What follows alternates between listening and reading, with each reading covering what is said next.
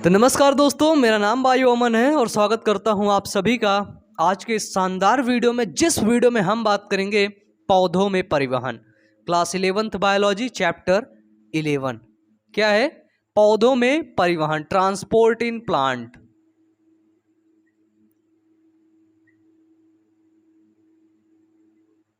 पौधों में परिवहन अध्याय आपका 11 है। ठीक है, जैसे देखो, जैसे हम लोग को ट्रांसपोर्ट करना होता है, हम लोग को परिवहन करना होता है, घूमना होता है, हम लोग क्या करते हैं? अगर सिटी के अंदर रहते तो सिटी बस लेते हैं, ऑटो लेते हैं या फिर हम कैब लेते हैं, उसी से हम घूमते हैं, है ना।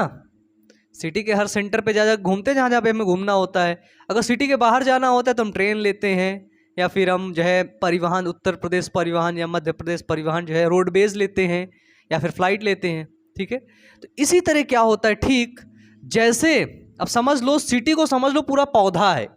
ठीक है, अब ब्रांच समझ लो, ये देखो,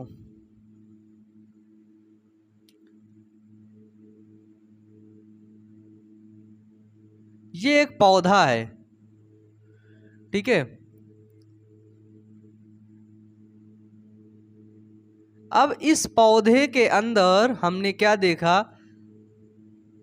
अब इस पौधे के अंदर ट्रांसपोर्ट का सिस्टम कैसे हो रहा है, कैसे जो पत्तियों में भोजन बन रहा है, वो पत्तियों का भोजन जड़ में आ रहा है, वो पूरे जो है पौधे के अंदर फैल रहा है, किस प्रकार से। ठीक है, तो इसी घटना को हम इस चैप्टर में पढ़ेंगे। हमारे चैप्टर का नाम है पौधों में परिवहन, ट्रांसपोर्ट इन प्लांट। ठीक है, तो चलिए, पौधों में परिवहन। तो क्या होता है कि पुष्पीय पादपों में पदार्थों का परिवहन होता है। ठीक है, जो पुष्पीय पादप होते हैं,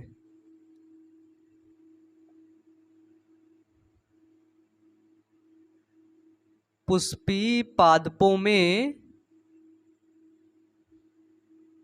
पदार्थों का परिवहन होता है। बिल्कुल सही। ठीक है, अब हम देखते हैं कौन कौन से पदार्थ होते हैं जिनका परिवहन होता है। पहला तो हो गया हमारा जल। क्या हो गया? जल हो गया। ठीक है, खनिज पोषक हो गया। ठीक है, जैसे जल हो गया, खनिज पोषक हो गया, कार्बनिक पोषक हो गया। ठीक है, क्या हो गया आपका? कार्बनिक पोषक। और पौधों के वृद्धि नियामक हो गए, जैसे जिब्रेलिन वगैरह। ठीक है, जो ग्रोथ को मैनेज करते हैं ना, वृद्धि नियामक जिसको बोलते हैं, वो हो गए। तो ये सभी क्या करते हैं? तो ये सब, इन सभी का परिवहन पौधों में होता है। ठीक है, क्या होता है? पौधों में परिवहन इन सभी का होता है। अब हम देखेंगे कि यदि पानी यहां से इस जड़ ने लिया, ये वाटर के मॉलिक्यूल थे। ठीक है, ये देखिए, ये यहां पर मैंने आपको दिखाया कि ये वाटर के मॉलिक्यूल हैं, वाटर मॉलिक्यूल। ये वाटर मॉलिक्यूल इस जड़ के माध्यम से सीधे कहां पर पहुंच गया? ये तने पर पहुंच गया, तने से सीधे ये यहां पर लीफ में ये वाटर मॉलिक्यूल पहुंच गया। ठीक है, अब लीफ से जो खाना बना, ठीक है, लीफ ने जो फूड बनाया, वो फूड फिर नीचे की तरफ गति करने लगा। ठीक है, तो जो है एक दिशात्मक जो है गति हो रही कि बहुदिशात्मक हो रही, इस चीज को हम समझते हैं कि पौधों में गति होती किस प्रकार से है। ठीक है, परिवहन होता कैसे है, ट्रांसपोर्ट। देखो बिल्कुल सिंपल है। जैसे तुम जाते हो ना घूमने के लिए, तो जैसे अपने घर से निकले, ऑटो पकड़े, बस स्टैंड गए, बस पकड़े, बस से कहाँ पहुँच गए? अपने जो है दोस्त के घर पहुँच गए, फिर दोस्त को लिए, फिर दोस्त को फिर ट्रेन में बैठाए, कहाँ पहुँच गए? मिलने पहुँच गए, है ना। ऐसा करके घूमने जाते हो। तो इसी तरह पौधों में भी होता है। अगर तुम्हारा दोस्त कम दूरी पर है, ठीक है, पास में ही है, तो तुम क्या किए? पैदल चले गए, है ना। और अगर तुम्हारा दोस्त थोड़ी ज़्यादा दूरी पर है, तो तुम क्या करोगे? कुछ साधन की जरूरत होगी तुमको।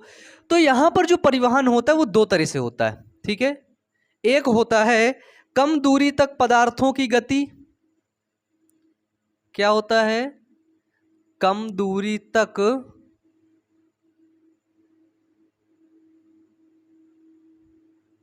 पदार्थों की गति, और दूसरा होता है लंबी दूरी तक पदार्थों की गति।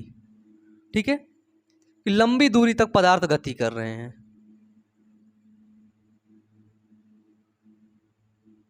लंबी दूरी तक पदार्थों की गति। ठीक है, अब देखिए जो कम दूरी तक पदार्थों की गति होती है वो हो जाती है आपकी प्रसरण एवं साइटोप्लाज्मिक धारा की मदद से। ठीक है, प्रसरण और साइटोप्लाज्मिक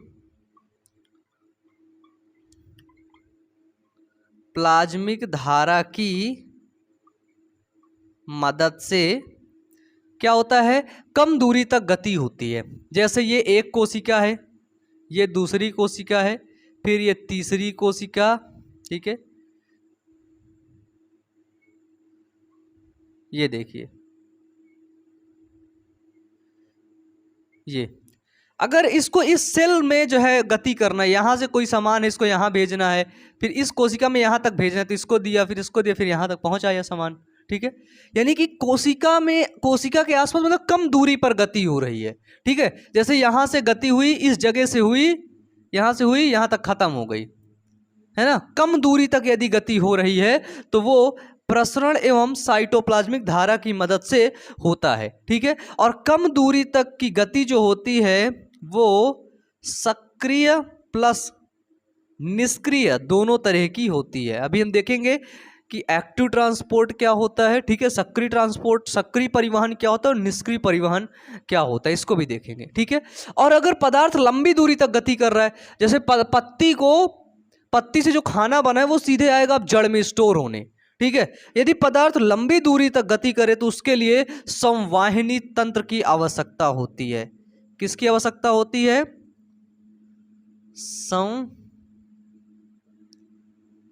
संवाहिनी तंत्र की आवश्यकता होती है। संवाहिनी तंत्र में दो मूल चीजें होती हैं, पहला जाइलम और दूसरा फ्लोएम। ठीक है, संवाहिनी तंत्र यानी कि जाइलम तथा फ्लोएम। बताओ, जाइलम तथा फ्लोएम टिश्यू पढ़े होगे नहीं? कक्षा 10 से पढ़ते आ रहे हो, मेरे से कक्षा 10 में पढ़े होगे ना। तुमको बताया था जाइलम मतलब जल का परिवहन, फ्लोएम मतलब फल का परिवहन, फल मतलब खनिज पदार्थों का परिवहन, भोजन का परिवहन। ठीक है, तो जाइलम और फ्लोएम। ठीक है, यहां पर निष्क्रिय गति होती है।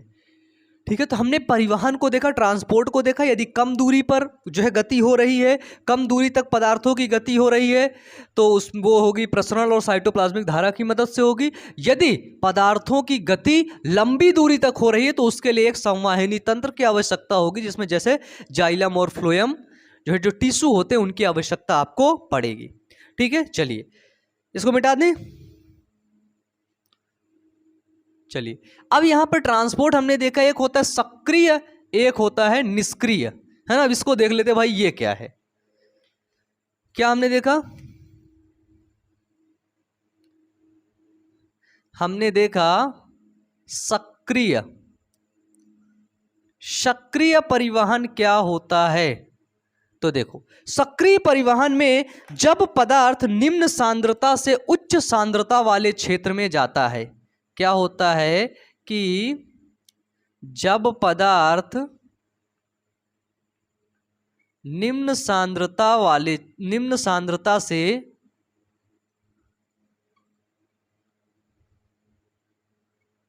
उच्च सांद्रता वाले क्षेत्र में जाता है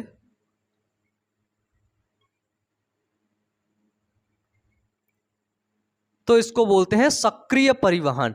ठीक है, कहां से कहां पर ध्यान रखना, लो कॉन्सेंट्रेशन से पदार्थ कहां पर जा रहा है? वो जा रहा है हाई कॉन्सेंट्रेशन पर। ठीक है, लो कॉन्सेंट्रेशन से हाई कॉन्सेंट्रेशन पर जा रहा है तो उसको बोलेंगे सक्रिय परिवहन। ठीक है, इसमें जैसे हो गया आपका सक्रिय हो गया और साइटोप्लाज्मिक धारा हो गया। ठीक है, क्या हो गया? सक्रिय परिवहन और क्या हो गया इसमें? साइटोप्लाज्मिक धारा। ठीक है, इनके द्वारा इसमें गति होती है। इन्हीं के द्वारा क्या होता है, पदार्थ एक जो है निम्न सांद्रता से इसको क्या बोलते हैं, निम्न सांद्रता से उच्च सांद्रता की तरफ पदार्थ गति करता है। किसके द्वारा, सक्रिय परिवहन के द्वारा। ठीक है, अब अगर निष्क्रिय परिवहन को देखें तो इसमें क्या होता है, बिना ऊर्जा के पदार्थ उच्च सांद्रता से, निष्क्रिय परिवहन, दूसरा हेडिंग डाल लीजिए, निष्क्रिय परिवहन। इसमें सबसे पहला पॉइंट है, ये बिना ऊर्जा के चलता है। ठीक है, बिना ऊर्जा के जब पदार्थ, अब इसका उल्टा कर दीजिए, यहां पे लो कॉन्सेंट्रेशन था, निम्न सांद्रता थी, जब पदार्थ उच्च सांद्रता से, कहां से, हाई कॉन्सेंट्रेशन से, उच्च सांद्रता से निम्न सांद्रता की तरफ जाता है, निम्न सांद्रता की ओर गति करता है, तब ऐसी गति को हम बोलते हैं निष्क्रिय परिवहन या फिर निष्क्रिय गति। ठीक है, उच्च सांद्रता से इसमें क्या हो, इसमें हुआ जैसे आपका विसरण और सुसाध्य विसरण। पहला हुआ विसरण एंड सेकंड इज सुसाध्य विसरण। विसरण, परासरण भी हम इसको बोलते हैं, डिफ्यूजन। ठीक है, ये हो गया आपका। तो निष्क्रिय परिवहन में क्या होता है, ऊर्जा नहीं लगती, बिना ऊर्जा के ही होता है। ये क्या होता है, पदार्थ इसमें हाई कॉन्सेंट्रेशन से लो कॉन्सेंट्रेशन की तरफ गति करता है, मूव करता है।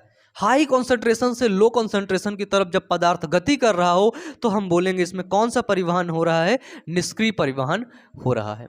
बताइए समझ आया कि नहीं, बताओ। सिंपल है भाई, बिल्कुल सिंपल है, सक्रिय परिवहन और निष्क्रिय परिवहन। बताओ एक बार सभी लोग नीचे कमेंट बॉक्स में कमेंट तो कर दीजिए भैया कमेंट एक बार, है ना। डन, मिटा दें इसको। चलिए अब देखेंगे हम परिवहन की दिशा। क्या देखेंगे, परिवहन की दिशा, ट्रांसपोर्ट डायरेक्शन। ट्रांसपोर्ट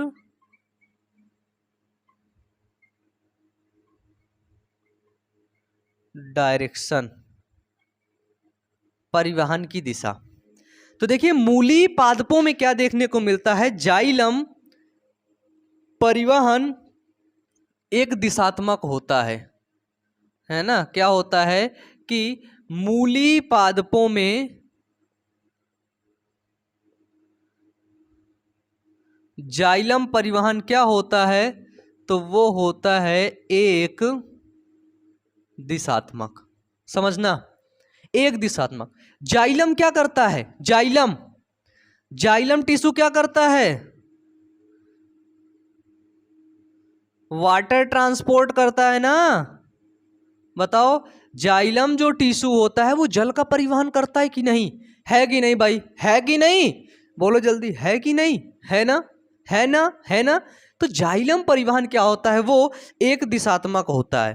ठीक है, ये क्या करता है, ये मूल से यानी कि जड़ से जल को उठाता है और सीधे कहां पर भेज जाता है, तना तक भेज जाता है, पत्ती तक, इसको जहां पर जाना होता है वहां पर भेज जाता है। क्या, जैसे आपका जल हो गया है ना, और खनिज पदार्थ हो गया आपका। ठीक है, जल हो गया, खनिज हो गया, इसको क्या करता है, सीधे ये एक दिशा में जाता है, नीचे से उठाता है, ऊपर सीधे जाकर के भेज के चला आता है, भेज देता है, हो गया। फिर इससे कोई काम नहीं होता कि इसको और भी कहीं घुमाना है, कुछ भी काम ये दूसरा करता ही नहीं भाई, बेचारा थक जाता है ना। ठीक है, ये होता है, याद रखना कि जाइलम परिवहन क्या होता है, एक दिशात्मक होता है। ठीक है, सिंगल डायरेक्शनल, कौन, जाइलम ट्रांसपोर्ट। अब देखिए जो कार्बनिक और खनिज पोषकों का परिवहन होता है, किसका, कार्बनिक और खनिज पोषकों का परिवहन।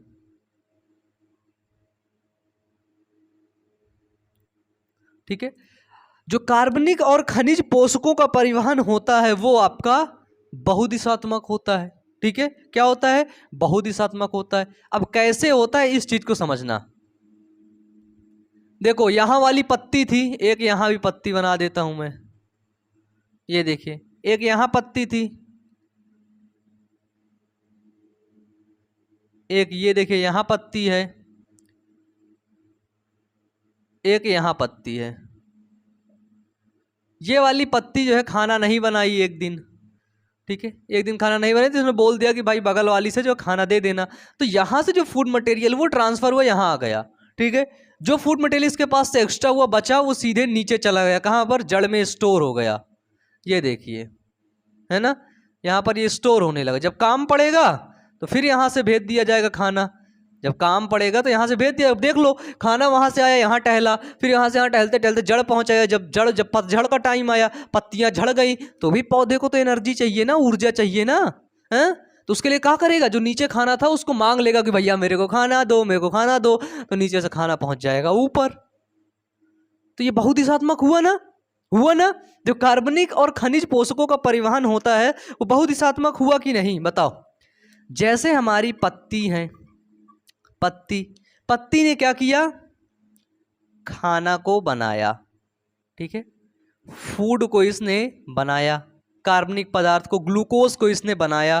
फिर इसने क्या किया, फिर इसने उसको स्टोर किया, ठीक है, कहाँ पर, जड़ों में भंडारण किया।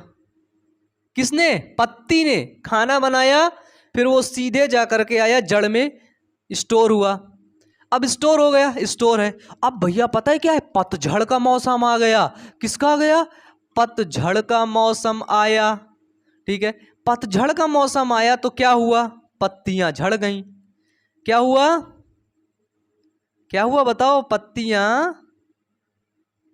झड़ गईं। अब मेरे को बताओ, अब पत्तियां भैया झड़ गईं, एक ये क्या हो गया, पत्तियां झड़ गईं, तो अब ऊपर वाले को खाना भी तो चाहिए। ऊपर बोल रहा भैया खाना चाहिए, भूख लग रही है, कहाँ से खाना दोगे तुम, भैया मेरे को खाना दो।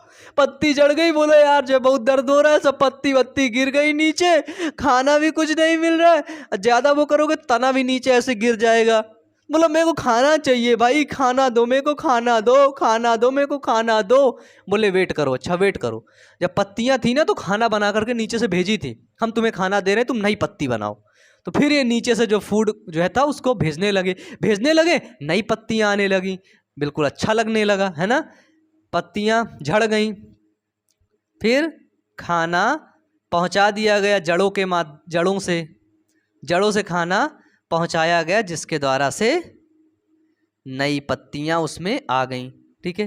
फिर नई पत्तियां आई, फिर वो पत्ती क्या करी, खाना बनाई, फिर ऐसे ये प्रोसेस चलता रहता है। और इसी में क्या होता है, इसी में प्लांट की ग्रोथ होती रहती है ना, पादप का विकास होता रहता है, पादप का वृद्धि होती रहती है इसी में, है ना। तो ये होता है आपका जो है ट्रांसपोर्ट का जो मैकेनिज्म कैसे काम करता है। तो जाइलम एक दिशात्मक होता है और आपका कार्बनिक और खनिज पोषकों का जो परिवहन होता है वो बहुदिशात्मक होता है। इसमें आप एक नीचे एक पॉइंट डाल के लिख लीजिएगा कि जब पौधों का कोई भी भाग जरावस्था को प्राप्त करता है, अब मान लेता हूं कि मैं ये पत्ती अब किस में प्रवेश करने वाली है, जरावस्था में प्रवेश करेगी। मतलब ये बुढ़ी हो गई है, ये बोल रही कि भाई देख मैं खाना वाना नहीं बना रही हूं, ठीक है। तो क्या होगा, अब ये जरावस्था में जब प्रवेश करती है तो जो इसके क्षेत्र में, ठीक है, यहां पर जो पोषक हैं, क्या है, पोषक, ठीक है, पोषक तत्व हैं, उनको हटा लिया जाता है, उनको यहां से ट्रांसफर कर दिया जाता है, कहीं और शिफ्ट कर दिया जाता है, क्योंकि उन्हें पता ही कि अब ये पत्ती खराब ही हो जाएगी। तो उस पोषकों को क्या किया जाता है, दूसरी जगह पे शिफ्ट कर दिया जाता है। तो एक पॉइंट लिख लो कि जब पौधे का कोई भी भाग जरावस्था को प्राप्त करता है तो उस क्षेत्र के पोषकों को वापस लेकर के वृद्धि करने वाले क्षेत्रों की तरफ भेज दिया जाता है। अब ये पोषकों को कहां पर भेजेंगे, ये पोषकों को भेज दिया गया वृद्धि करने वाले क्षेत्र की तरफ भेज दिया गया, ठीक है, कि जाओ तुम उधर ही वृद्धि करो, इसको खराब हो जाने दो, जाओ तुम झड़ जाओ। इसी तरह देख रहे हो पत्ती पीली हो जाती है, फिर धीरे धीरे करके गिर जाती है। ऐसा तो होता नहीं पत्ती एक दिन में गिर गई, कभी ऐसा भी देखोगे पत्ती आज लगी थी, आज बिल्कुल हरी हरी थी, खाना बना रही थी, कल देखे तो ऐसे गिर गई। ऐसा होता है क्या?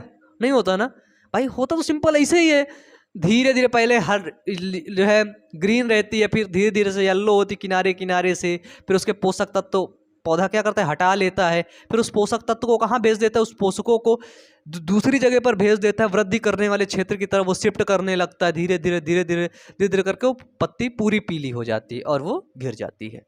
ठीक है, ऐसा नहीं है कि पौधा जो है जान के सारी चीजें करता है। जब पौधे समझ जाता है कि ये पत्ती अब ज्यादा काम आने वाली नहीं है, वो जरा अवस्था को प्राप्त हो गई है ना, बुढ़ी हो गई है, वो खाना नहीं बना पाएगी, तब ऐसा करता है ना। कैसे समझ लो कि वो भाई पत्ती से गुस्सा हो गया, उसको मार ही देगा, है ना, ऐसा नहीं करता है। ठीक है, चलिए कंफर्म है यहाँ तक? यहाँ तक कंफर्म है? मिटा दे इसको। चलिए अब देखते हैं,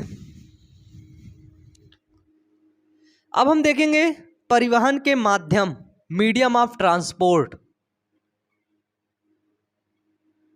मीडियम ऑफ ट्रांसपोर्ट, परिवहन के माध्यम। ठीक है, पहला हम हेडिंग डालेंगे डिफ्यूजन, डिफ्यूजन जिसको हमने बोला था विसरण। ठीक है, विसरण में क्या होता है? विसरण में हमने देखा था ये एक निष्क्रिय गति होती है।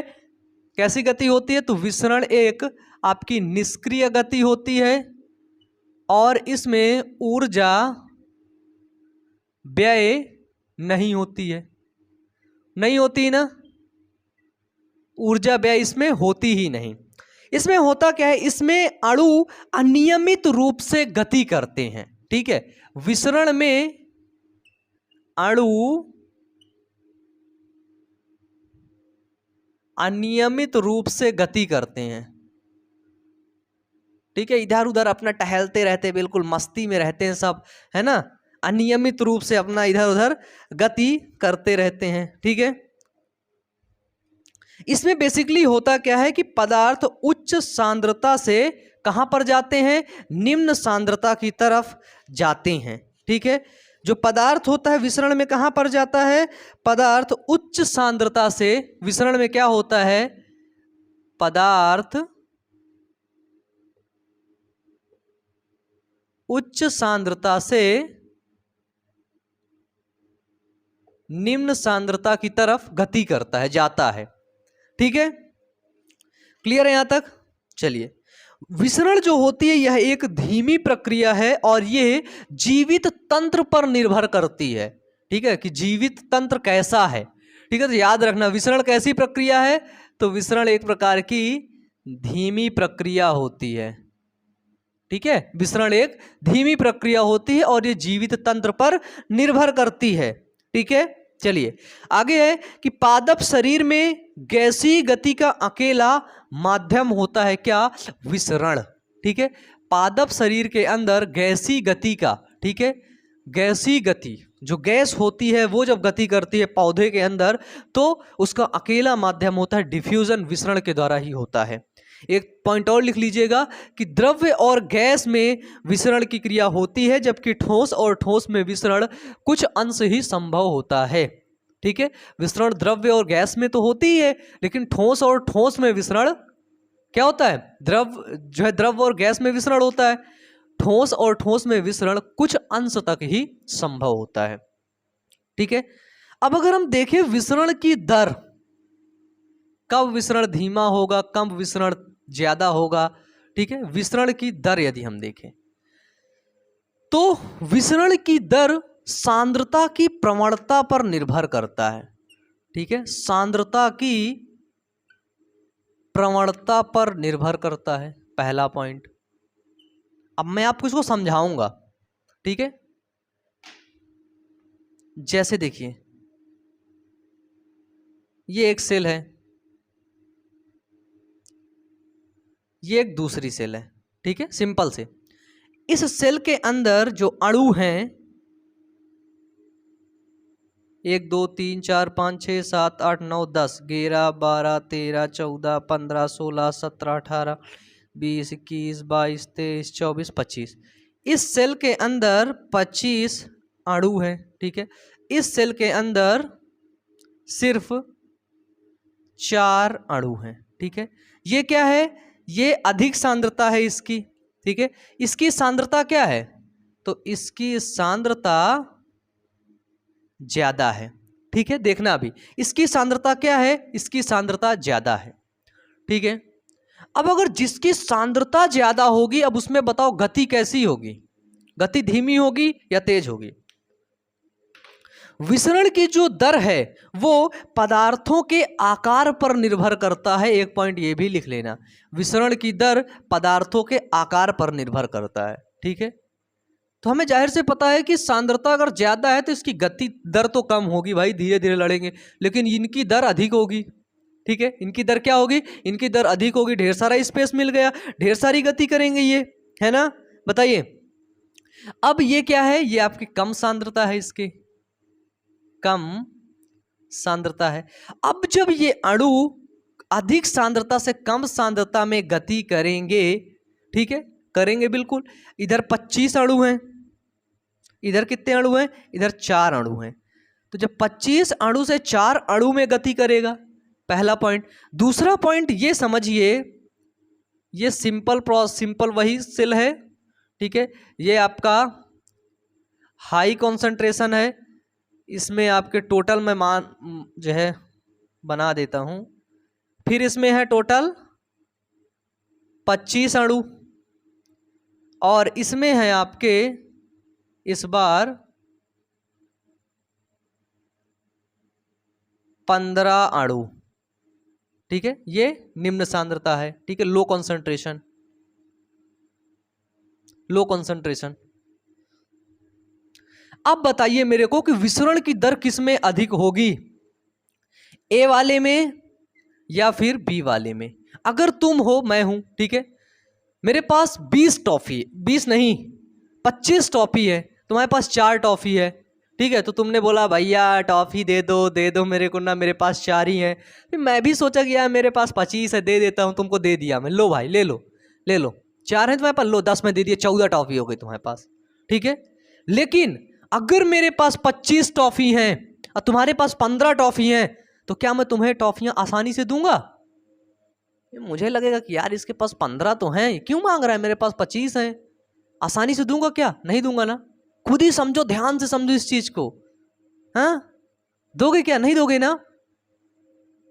अगर 25 है, 4 है, तब तो समझोगा कि यार दे देता हूं इसको, लेकिन अगर तुम्हारे पास 15 है, मेरे पास 25 है, तो मैं नहीं दूंगा भाई। अगर तुम मेरे स्थान पर होते तो क्या करते? ठीक है, तो सिंपल से है कि जिसमें अणु ज्यादा सांद्रता होती है और अगर कम सांद्रता है, जैसे ये वाला है, तो इसकी विसरण की दर क्या होगी? इसकी विसरण की दर अधिक होगी। ठीक है, और इसकी दर क्या होगी? इसकी विसरण की दर कम होगी। ठीक है, इसकी विसरण की दर क्या होगी? तो इसकी विसरण की दर कम होगी। ठीक है, बताइए समझ में आया यहां तक? यहां तक कोई प्रॉब्लम है? समझ में आया? विसरण की दर आपकी यहां पर कम होगी।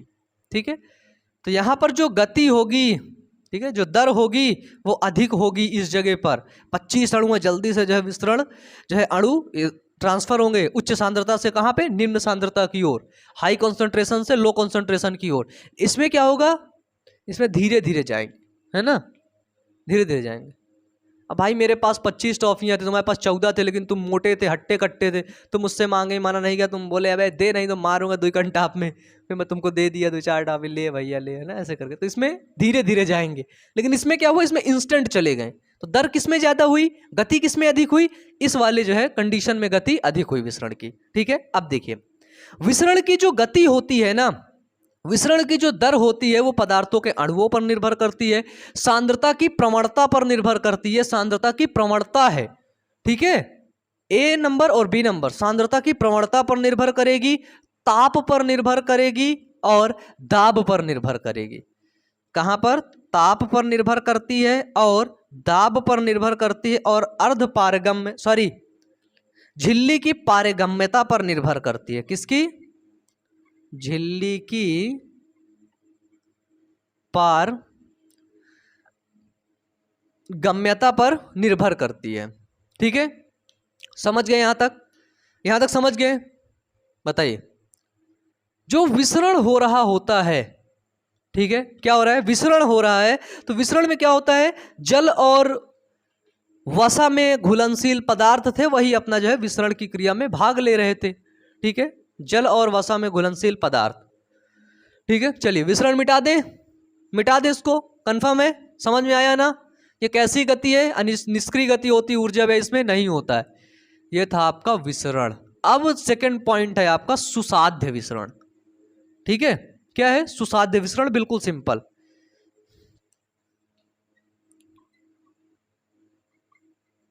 सुसाध्य विसरण, यार इसकी तो इंक ही खत्म हो गई, इंक डाल लेते हैं।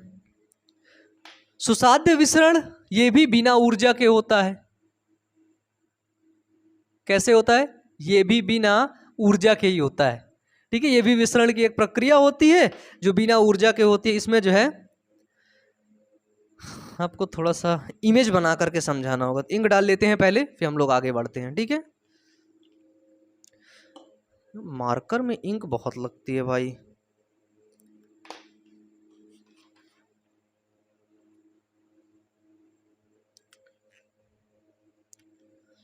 ब्लैक वाले में भी खत्म है।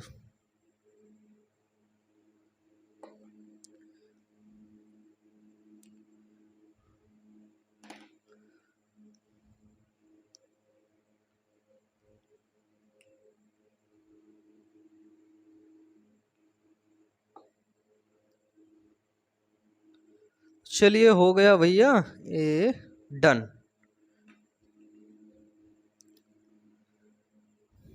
इंक पड़ गई है। अब देखिए, जैसे हमें पता है कि कोशिका भित्ति होती है और कोशिका कला होती है। ये हमने बना दिया कोशिका भित्ति, सेल वॉल जिसको बोलते हैं। ये मैंने क्या बनाया, ये मैंने बना दिया सेल वॉल। समझने वाली बात है कोशिका भित्ति, ये नहीं समझने वाली बात है, समझने वाली बात अभी अंदर है इसके। फिर मैंने बनाया आपका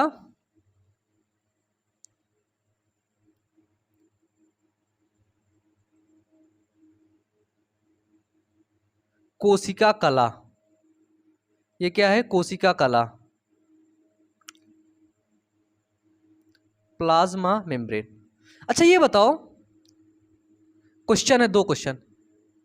पादपों की सेल वॉल किससे मिलकर के बनी होती है, और जंतुओं की सेल वॉल किससे मिलकर के बनी होती है? नीचे कमेंट बॉक्स में जल्दी से कमेंट करके बताओ, दोनों को बताओ। पादप की सेल वॉल किससे मिलकर के बनी होती है? हाँ? जब मैंने आपको cell the unit of life chapter पढ़ाया था तो वहां पर मैंने आपको डिटेल में बताया था। बताओ। यहां पे मैंने देखा कुछ वाटर के मॉलिक्यूल हैं, ये देखो, ये किसके मॉलिक्यूल हैं, ध्यान से समझना इस बात को। यहां पर ये हैं वाटर के मॉलिक्यूल। ठीक है, वाटर के मॉलिक्यूल है, विसरण की क्रिया सुसाध्य विसरण है। ठीक है, पहले विसरण की क्रिया तो इसमें होगी ही, वाटर के मॉलिक्यूल है। ठीक है, फिर मैंने देखा यहां पर कुछ आपके लिपिड के मॉलिक्यूल हैं। किसके? लिपिड के। वाटर सॉल्युबल मॉलिक्यूल नहीं है, वाटर के ही मॉलिक्यूल हैं। और ये क्या है, ये आपके लिपिड के मॉलिक्यूल हैं। तो मुझे ये बताओ, इस झिल्ली से ये वाटर और लिपिड के मॉलिक्यूल आसानी से विसरण की क्रिया, आसानी से विसरण इनका होगा कि नहीं? तो मैंने बोला भाई आसानी से हो जाएगा ये। ठीक है, ये विसरण आसानी से हो जाएगा। ये वाटर के मॉलिक्यूल यहाँ आ गए, लिपिड के मॉलिक्यूल यहाँ आ गए, हो जाए, हो गया ना। अब देखो क्यों हुआ, क्योंकि इधर पर यहां पर अधिक सांद्रता थी, समझना, अधिक सांद्रता थी, और यहां पर क्या है, यहां पर कम सांद्रता है। ठीक है, अब मेन समझने वाली बात आएगी, अब मेन समझने वाली बात, यहां पर कुछ और मॉलिक्यूल हैं, ये देखो, पहचानो इनको, कौन है ये, पहचानो इनको, कौन है ये है हाइड्रोफिलिक मॉलिक्यूल, हाइड्रोफिलिक मॉलिक्यूल। ठीक है, जल में घुलनशील अणु है ये। ठीक है, क्या है ये जल में घुलनशील अणु हैं। अब समझने वाली बात है, ठीक है। अब प्यारे बच्चों समझने वाली बात है। क्या समझने वाली बात है, ध्यान से देखना। अगर जल था, अगर जल था तो आसानी से विसरण की क्रिया हो रही थी ना। अब लिपिड था, आसानी से विसरण की क्रिया हो रही थी, लेकिन यहां पर हाइड्रोफिलिक मॉलिक्यूल आ गया। अब इसका विसरण आसानी से नहीं होगा प्यारे बच्चों, आसानी से नहीं होगा। तो कैसे होगा अजी, कैसे होगा बताओ ना। तुम लोग चिल्ला रहे होगे ना, भाई देख बता दे मेरे को कैसे होगा। अजी कैसे होगा बताओ ना। क्यों बताऊं, मैं नहीं बताऊंगा, जाओ। मैं गुस्सा हो गया भाई, मैं तो गुस्सा हो गया, मैं चला, क्लास खत्म, क्लास खत्म, बाय बाय। मैं तो बताने से रहा, मैं बताऊंगा ही नहीं। जाओ जाओ, एक कंडीशन पर बताऊंगा, जब तक सभी लोग वीडियो को लाइक नहीं करोगे। जल्दी से वीडियो को लाइक करो, जल्दी करो, जल्दी अभी करो वीडियो को लाइक, अभी अभी अभी करो वीडियो को लाइक। अगर वीडियो को लाइक नहीं किया ना तो नहीं बताऊंगा, नहीं बताऊंगा। एनसीईआरटी खोल के पढ़ना पड़ेगा, खुद से पढ़ना पड़ेगा, खुद से। करो वीडियो को लाइक। कर दिए क्या? अरे सॉरी भैया, मैं ही बताऊंगा, मैं ही बताऊंगा, और कोई बताएगा ही नहीं, मैं ही बताऊंगा भैया।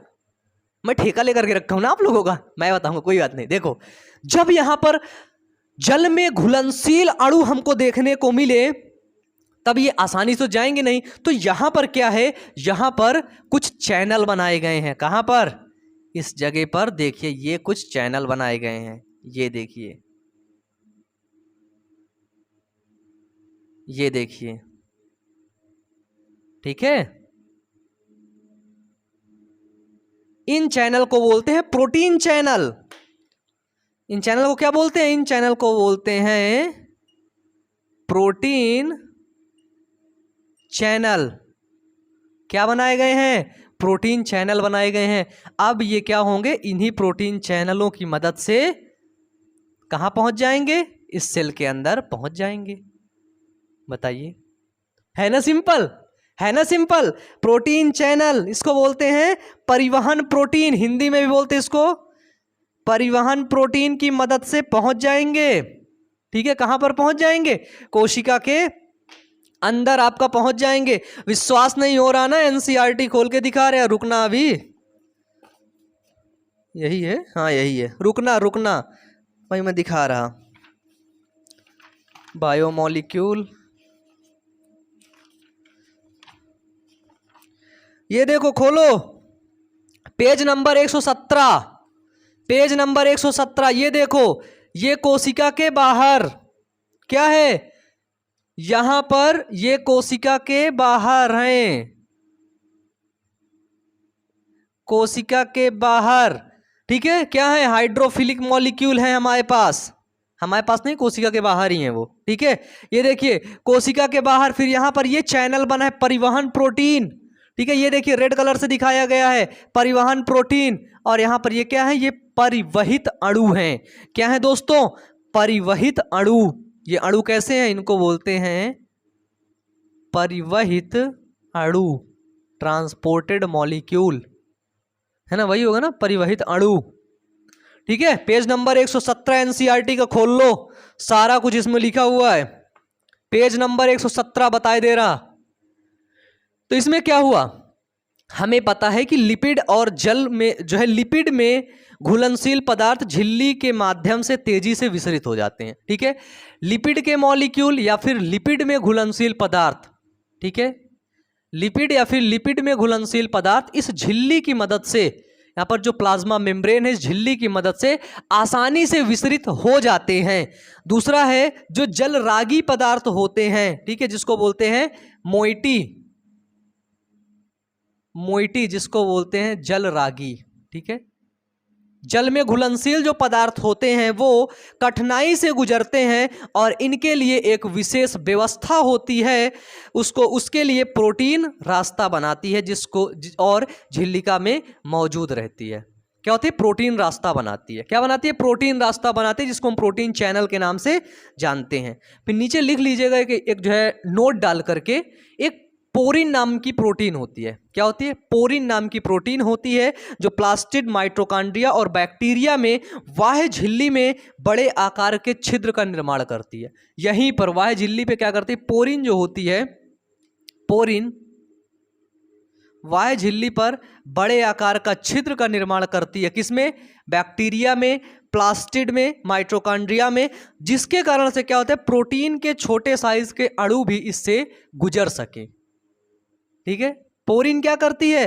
तो पोरिन जो प्रोटीन है, पोरिन एक प्रकार की दोस्तों प्रोटीन है, और ये बड़े आकार के छिद्र का निर्माण करती है, जिसके द्वारा क्या होता है, इसलिए करती है ताकि इससे छोटे प्रोटीन के अणु भी गुजर सकें।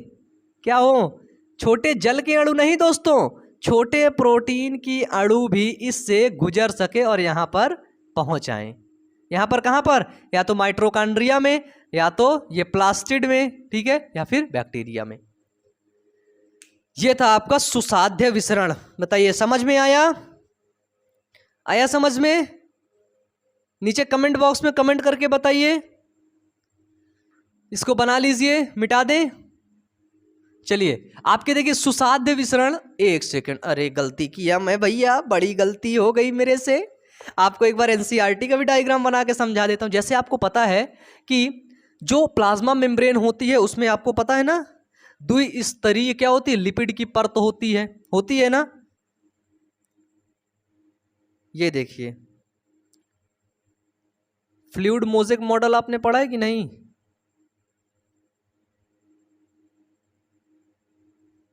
यही इमेज है ना, हाँ देख लो बिल्कुल सेम।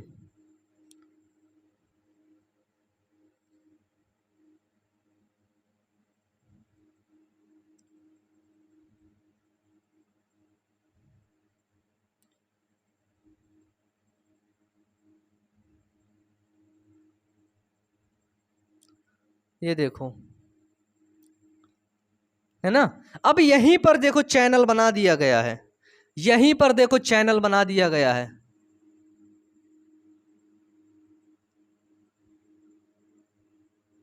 ये देखो,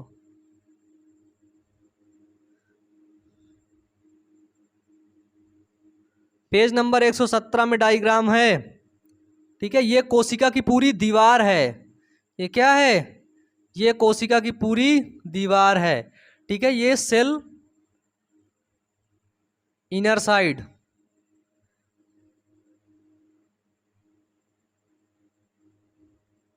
ये देखिए ध्यान से इस चीज को देखिए। ठीक है, ये क्या है? ये आपकी झिल्ली है। ठीक है, ये क्या है? ये आपकी परिवहन प्रोटीन है। क्या है? परिवहन प्रोटीन, जिसको हमने क्या बोला? प्रोटीन चैनल है। अब इससे जो अणु हैं, ये देखिए, ये अणु इससे विस्तृत होकर के यहां पर पहुंच गए। इसी क्रिया को अपन लोग बोलते हैं सुसाध्य विसरण। इसमें किसी भी प्रकार की ऊर्जा की जरूरत है ही नहीं। ठीक है, और इधर जो अणु पहुंच गए इनको बोलते हैं परिवहित अणु। क्या बोले? इनको हमने बोला परिवहित अणु। बताओ है कि नहीं सिंपल? बताओ कितना सिंपल है भाई, ये कितना सिंपल। इससे सिंपल तो कुछ हो ही नहीं सकता है। इससे सिंपल कुछ हो सकता है क्या? अब भाई हो ही नहीं सकता, सच कह रहा हूं। अगर हो जाए तो मेरे को उठा ले जाना भाई, है? सच में नहीं हो सकता भाई। चलो मिटा दे इसको। चलिए भैया मिटा ही देते हैं अब, है ना। आप लोगों का आदेश का पालन करते हैं, नहीं तो फिर आप लोग नाराज हो जाते हैं। हम अब देखेंगे पैसिव, हिंदी में लिख दें कि इंग्लिश में लिख दें? अरे इंग्लिश में लिखते हैं। Passive, symport and antiport. ठीक है, पैसिव को बोलते हैं निष्क्रिय, एक्टिव को बोलते हैं सक्रिय। ठीक है, तो हो गया आपका निष्क्रिय, सिम्पोर्ट और एंटीपोर्ट। क्या हो गया? निष्क्रिय, सिम्पोर्ट और एंटीपोर्ट। ये क्या होता है? अब इसी चीज को हमको ध्यान से समझना होगा। ठीक है, इसमें 3 पॉइंट है। पहला है सिम्पोर्ट,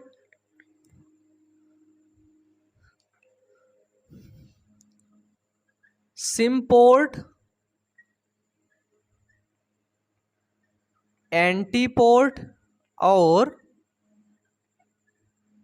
यूनिपोर्ट। ठीक है, हमने देखा ये कोशिका है, कोशिका झिल्ली है। ठीक है, इस कोशिका झिल्ली में 3 प्रकार के चैनल बने हुए हैं।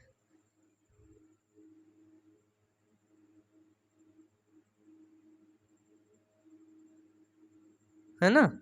ये देखिए कोशिका झिल्ली में 3 प्रकार के चैनल हैं।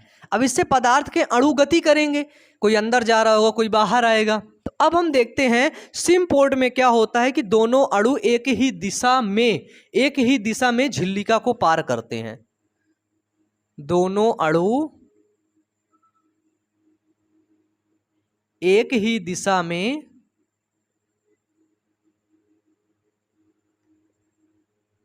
झिल्लिका को पार करते हैं। देखो भाई बिल्कुल सिंपल है। 2 अणु हैं, जैसे हमने देखा एक वाटर का ले लिया, एक लिपिड का ले लिया, ठीक है। ये अणु ले लिए, तीन प्रकार के देखो अणु हो गए हमारे पास। एक ये हो गए 4 प्रकार के अणु, ठीक है। तो हम 2 अणु ले लिए, एक अणु ये ले लिया, एक अणु ये ले लिया और एक अणु आपका ये वाला ले लिया, ठीक है। ये दोनों अणु क्या हुए, एक ही दिशा में जब इसको झिल्लिका को पार करते हैं,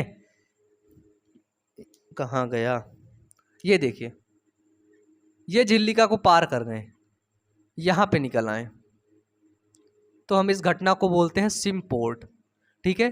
सिम्पोर्ट क्या होता है, एक निष्क्रिय परिवहन होता है।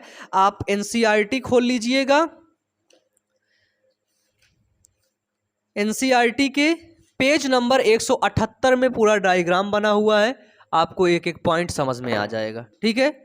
बस यहाँ पे समझाना है। पहले मैं इसको देखा, जब मैं पढ़ता था भाई मेरे को समझ ही नहीं आता था ये है क्या, मेरे तो हवा में ही उड़ जाता था। 11th समझ ही नहीं है, 12th में कुछ कुछ समझ आया, 12th के चैप्टर इंटरेस्टिंग है अपने, ठीक है। तो ये हुआ आपका सिम्पोर्ट। एंटीपोर्ट क्या होता है, इसमें क्या होता है, इसमें उल्टी दिशा में चलते हैं दोनों अणु, दोनों अणु उल्टी दिशा में चलते हैं। एंटी हो गया ना, उल्टी दिशा में चलते हैं। जैसे एक अणु इधर है, एक अणु इधर है, ठीक है।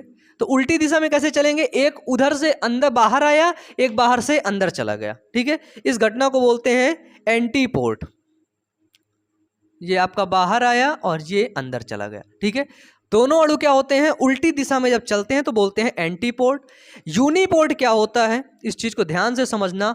ये हमारे क्या हैं, ये हमारे दोस्तों चैनल हैं, ठीक है। चैनल, जैसे आपके घर में दरवाजे होते हैं ना, घर के अंदर इंटर करने के लिए कितने दरवाजे हैं, 3 दरवाजे हैं ना, है ना।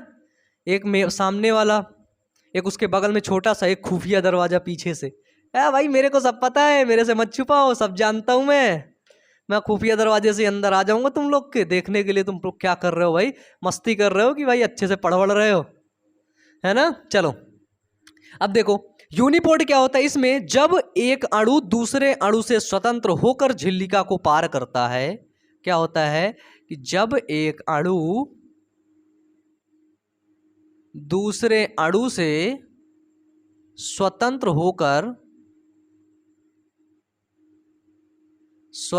होकर झिल्लिका को पार करता है,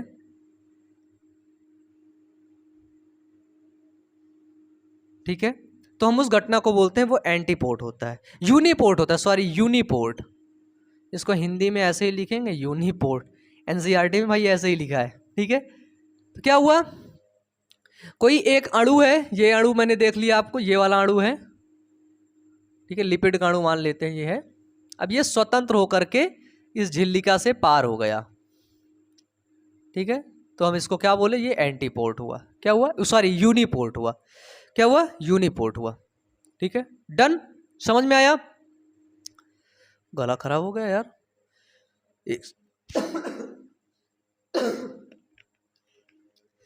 मुझे तो लगता है इंक की 2 ड्रॉप मैं भी ले लूं, शायद गला सही हो जाए, है ना। हमने देख लिया निष्क्रिय परिवहन। अब अपन लोग देख लेते हैं सक्रिय परिवहन, फिर आज की क्लास यहीं पे एंड करते हैं, ठीक है। सक्रिय परिवहन के बाद अब एंड। सक्रिय परिवहन जिसको बोलते हैं एक्टिव ट्रांसपोर्ट।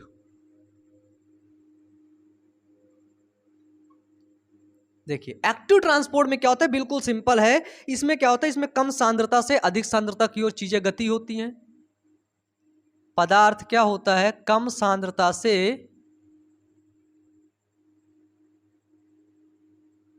अधिक सांद्रता की ओर गति करता है, ठीक है। पदार्थ क्या करता है, एक्टिव ट्रांसपोर्ट में पदार्थ कम सांद्रता से अधिक सांद्रता की ओर गति करेगा, और जब कम सांद्रता से अधिक सांद्रता की ओर, 4 मॉलिक्यूल हैं, अब ये 4 मॉलिक्यूल किधर गति करेंगे, जिधर 10 मॉलिक्यूल हैं उधर की तरफ गति करेंगे। तो जाहिर सी बात है इसमें एनर्जी खर्च होगी कि नहीं, ऊर्जा व्यय होगी कि नहीं। तो सक्रिय परिवहन में क्या होता है, एक्टिव ट्रांसपोर्ट में ऊर्जा लगती है, क्या लगती है, ऊर्जा लगती है, ऊर्जा का व्यय होता है, ठीक है, ऊर्जा का व्यय होता है, ठीक है। अब देखिए, सक्रिय परिवहन विशिष्ट झिल्लिका प्रोटीन द्वारा पूर्ण होती है। सक्रिय परिवहन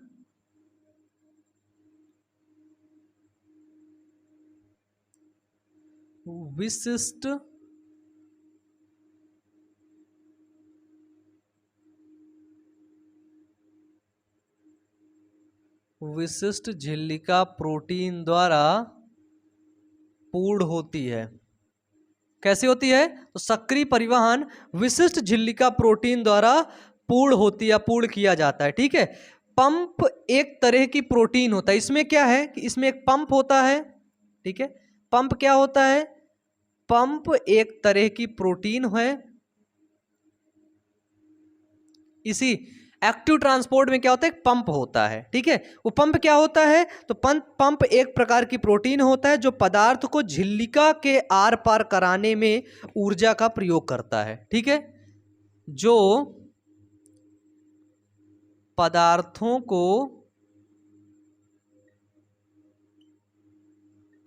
को झिल्लिका के आर पार कराने में क्या करता है, ऊर्जा का प्रयोग करता है, ठीक है। तो महत्वपूर्ण भूमिका किसमें है, तो भाई महत्वपूर्ण भूमिका तो है पंप में, ठीक है। सक्रिय परिवहन जब होता है, एक्टिव ट्रांसपोर्ट होता है, उसमें पंप की महत्वपूर्ण भूमिका है भाई, क्योंकि यही तो जो है क्या कर रहा है, जो पदार्थ है उसको क्या कर रहा है, यहां से यहां पर पहुंचा रहा है। तो यहां पर क्या है, एक यहां पर पंप है एक,